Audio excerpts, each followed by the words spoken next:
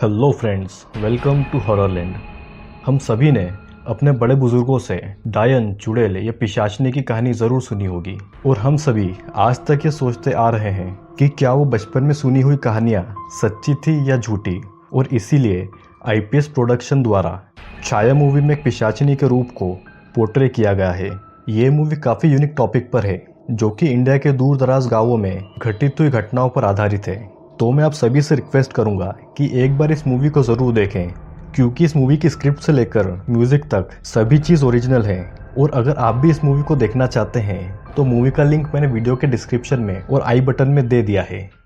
तंत्र मंत्र और शास्त्र की मान्यताओं के अनुसार पिशाचिनी अपार शक्तियों से भरी एक अद्भुत स्त्री रूप होती। उसके वशीभूत होते ही वह न केवल बीते काल की घटित घटनाओं के बारे में बताती है, बल्कि उन्हें एक नहीं कई बार दोहराने की ताकत भी रखती। तो आज हम movie human centipede full sequence यानी कि पार्ट 2 का एक्सप्लेनेशन करने वाले हैं, जो कि ह्यूमन सेंटीपीड पार्ट 1 को फॉलो करती है। इसीलिए अगर आपने पार्ट 1 का एक्सप्लेनेशन नहीं देखा हो तो पहले आप उसे देख लीजिए ताकि आप इस वीडियो को अच्छे से समझ सकें। और वीडियो की लिंक आपको डिस्क्रिप्शन और आई बटन से मिल जाएगी। ये काफ़ी डिस्टर्बिंग मूवी है और वीडियो में भी कई सारे डिस्टर्बिंग सीन्स हैं। तो अगर आप खून खराबा नहीं पसंद करते तो ये वीडियो आपके लिए नहीं है। वैसे तो मूवी में खून खराबा करने के लिए इसे डायरेक्टर टॉम सिक्स ने फुल ब्लैक एंड वाइट में ही रखा है, लेकिन फिर भी मूवी काफ़ी डिस्टर्बिंग है। सेंटीपीड मूवी पार्ट 1 की लीड एक्ट्रेस एशली येनी और एशली विलियम थी, जिसने कि जेनी और लिंडसी का रोल प्ले किया था। और ये मैं आपको इसलिए बता रहा हूँ क्योंकि इस वीडियो में भी इनका बहुत बड़ा कनेक्शन है। तो फ्रेंड्स, ज़्यादा टाइम वेस्ट नहीं करते हैं और चलते हैं सीधा वीडियो की तरफ। स्टार्टिंग सीन में हमें पिछली मूवी का एंडिंग सीन दिखाया जाता है कि किस प्रकार जापानीज आदमी और लिंडसी मर जाती है लेकिन जेनी जिंदा थी और पार्ट 1 ख़त्म कर दिया जाता है। हम देखते हैं कि एक आदमी इस मूवी को अपने लैपटॉप पर देख रहा है, यानी कि सेंटीपीड मूवी के पार्ट 1 को एक मूवी ही बताया गया है। इस आदमी का नाम मार्टिन था, जो कि 40 साल का अस्थमा से पीड़ित एक मोटा सा भद्दा आदमी था, जो कि दुनिया की नज़रों में बिल्कुल ही यूजलेस था। वो लंदन के एक पार्किंग लॉट के टोल पर काम करता था और कई बार ह्यूमन सेंटीपीड मूवी रिवाइंड करके देख रहा था। तभी वो पार्किंग के सीसीटीवी में हलचल देखता है और पार्किंग लॉट में एक यंग कपल झगड़ रहे थे। लड़के का नाम इयान था और वो अपने कार की चाबी खो चुका था, जो कि उसके डैड की थी। मार्टिन अपने हाथ में लोहे की रॉड लिए उस कपल के पास जाता है और इयान को लगता है कि वो रॉड से उसकी कार का लॉक तोड़ने वाला है। और इयान मार्टिन को बहुत उल्टा सीधा बोलता है, जिससे कि मार्टिन अपनी पॉकेट से गन निकालता है जो कि उसने छुपा रखी थी और इयान के पैर में मार देता है, जिसे देखकर उसकी गर्लफ्रेंड जोर से चिल्लाती है, जिससे कि मार्टिन एक गोली उसके पैर में भी मार देता है और दोनों के सिर पर रॉड से मारता है, जिससे कि वो बेहोश हो जाते हैं। फिर मार्टिन अपना ट्रक लाता है और दोनों को उसमें डालकर फिर से अपने केबिन में आकर ह्यूमन सेंटीपीड देखने लगता है और अपनी बुक पर हाथ फेरता है, जिसमें सिर्फ सेंटीपीड मूवी के फोटोग्राफ्स और उसकी एक्टर्स के इमेज थे।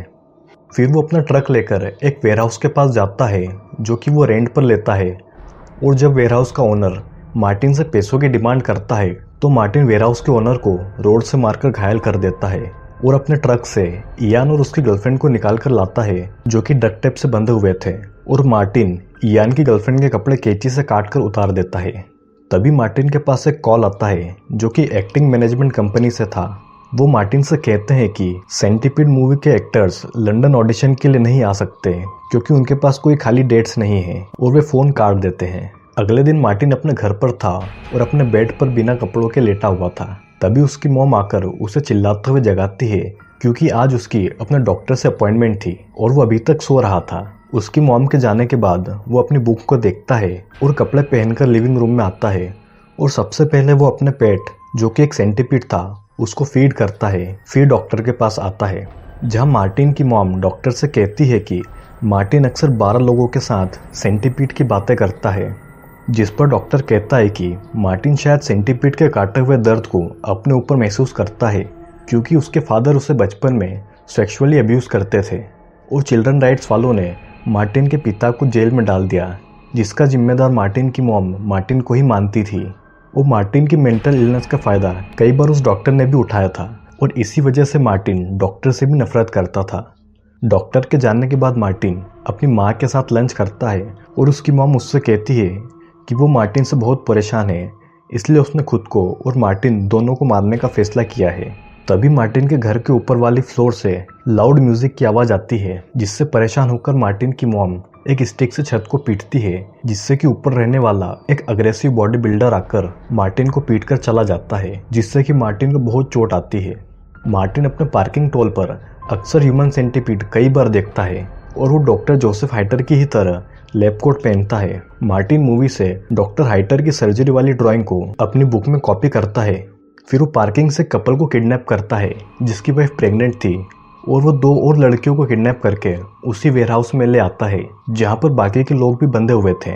वो सभी के कपड़े उतार कर उन्हें बांधकर सीधी लाइन में पटक देता है और इतनी मशक्कत करने के बाद में उसे अस्थमा का अटैक आता है और मार्टिन अपने पंप से मेडिसिन लेकर वापस नॉर्मल होता है।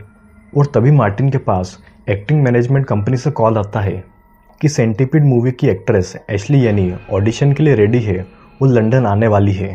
दरअसल मार्टिन ने एक्टिंग मैनेजमेंट को कॉल करके बताया था कि वो डायरेक्टर क्विंटिन टोरेंटिनो का एजेंट है। वो director Tarantino human centipede movie के एक्टर से इतना प्रभावित हुए हैं कि वो उनके साथ एक और मूवी बनाना चाहते हैं, जिसका ऑडिशन उन्होंने लंदन में रखा है। जिन्हें क्विंटिन टोरेंटिनो के बारे में नहीं पता तो मैं उन्हें बता दूं कि टोरेंटिनो एक फेमस अमेरिकन डायरेक्टर है जो कि अपने खून खराबे वाली मूवीज़ के लिए जाने जाते हैं।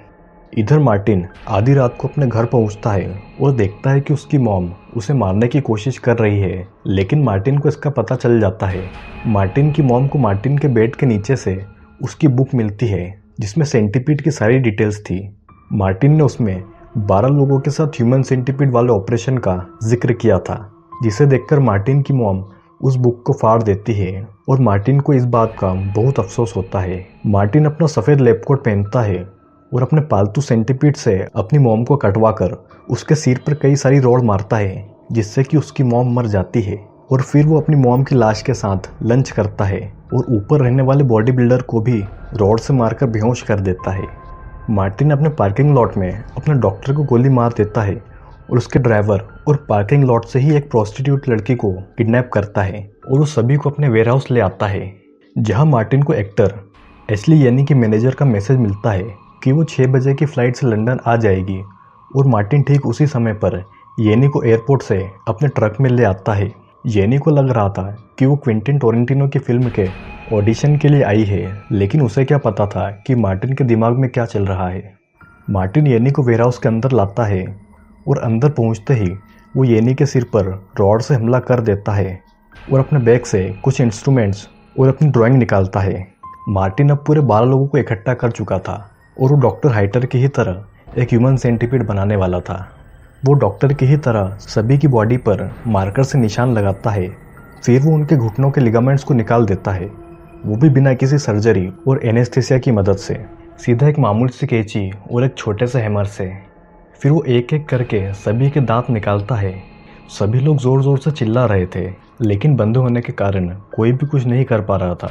मार्टिन एक आदमी के हिप की स्किन निकालता है, लेकिन ज़्यादा खून बहने के कारण वो मर जाता है, जिससे कि मार्टिन काफ़ी दुखी होता है और वो एक प्रेग्नेंट औरत को छोड़कर बाकी सभी लोगों के फेस को एक दूसरे के एनस से स्टेपलर की मदद से स्टेपलर करता जाता है और वो डक टेप से एक दूसरे को बांध देता है ताकि कोई भी अलग नहीं हो पाए। और वो सभी को मिलाकर 10 लोगों का एक ह्यूमन सेंटीपीड बना देता है, जिसकी लीड थी एशली यानी। मार्टिन जोसेफ हाइटर की ही तरह येनी को फीड करता है, लेकिन वो नहीं खाती। फिर वो एक पाइप और एक फनल की मदद से उसके मुंह में खाना डालता है और तभी मार्टिन को कॉल आता है कि सेंटीपीड मूवी के बाकी एक्टर्स भी मूवी के ऑडिशन के लिए आने वाले हैं। मार्टिन फ़ोन पर था और पीछे से येनी ज़ोर ज़ोर से चिल्ला रही थी, जिससे परेशान होकर मार्टिन एक कैंची की मदद से येनी की जीवान को काट देता है, जिससे कि उसका काफ़ी खून बहता है। मार्टिन सभी को लेक्सेटिव के इंजेक्शन देता है, जिससे कि लूज मोशन हो जाती है और ये इंजेक्शन कॉन्स्टिपेशन के मरीजों को पेट साफ करने के लिए दिया जाता है। लेक्सेटिव इंजेक्शन के कारण जल्दी सभी लोग लूज मोशन करने लगते हैं, जिसे शुरुआत में मार्टिन काफ़ी इंजॉय करता है, लेकिन ये घिनौना नज़ारा देखकर वो भी उल्टियाँ करने लगता है। तभी वो प्रेग्नेंट लेडी, जिसे मार्टिन ने सेंटीपीड में शामिल नहीं किया था, उसे लेबर पेन होने लगता है और वो भागकर बाहर कार में बैठ जाती है और कार में ही बच्चे को जन्म दे देती है। अंदर वेयरहाउस में मार्टिन का ह्यूमन सेंटीपीड टूटने लगता है और लोग एक दूसरे से अलग होते जाते हैं, जिसे देखकर मार्टिन को काफ़ी गुस्सा आता है और वो सभी के गले काटकर उन्हें मारने लगता है। अंत में मार्टिन येनी को मारने आता है, लेकिन येनी उसकी टांगों के बीच में मारकर उसे गिरा देती है और एक फनल की मदद से मार्टिन के पालतू सेंटीपीड को मार्टिन की ऐश में डाल देती है, जिससे कि मार्टिन छटपटाने लगता है और गिर पड़ता है। मूवी के आखिरी सीन में हम फिर देखते हैं कि मार्टिन अपने पार्किंग टॉल में बैठकर सेंटीपीड मूवी देख रहा है, ठीक मूवी के स्टार्टिंग वाले सीन की तरह, और मूवी यही खत्म हो जाती है। तो दोस्तों, मूवी का प्लॉट काफ़ी सिंपल है। एक एब्यूज्ड व्यक्ति जिसे सभी लोग लूज़र मानते थे, वो ह्यूमन सेंटीपीड और डॉक्टर जोसेफ से इतना इम्प्रेस होता है कि वो डॉक्टर जोसेफ की ही तरह ह्यूमन सेंटीपीड बनाना चाहता है, वो भी 12 लोगों के साथ, और इसीलिए वो सेंटीपीड मूवी के एक्टर्स को भी चुनता है। लेकिन मूवी की एंड में बताया गया है कि मार्टिन सेंटीपीड मूवी देख रहा था, जिसके 2 मतलब निकलते हैं। पहला ये कि जो भी मार्टिन ने किया वो बस उसकी इमेजिनेशन थी, और दूसरा ये कि वो अपने सेंटीपीड के बाद वापस अपने काम पर लौट आया और अपनी फेवरेट मूवी एक बार फिर से देखने लगा। तो दोस्तों, मुझे तो पहली थ्योरी ज़्यादा ठीक लगती है कि ऐसा कुछ हुआ ही नहीं और मार्टिन बस इस घटना को अपने दिमाग में ही इमेजिन करता रहा। आपको क्या लगता है? कमेंट में ज़रूर बताइएगा। तो आज के वीडियो में सिर्फ इतना ही।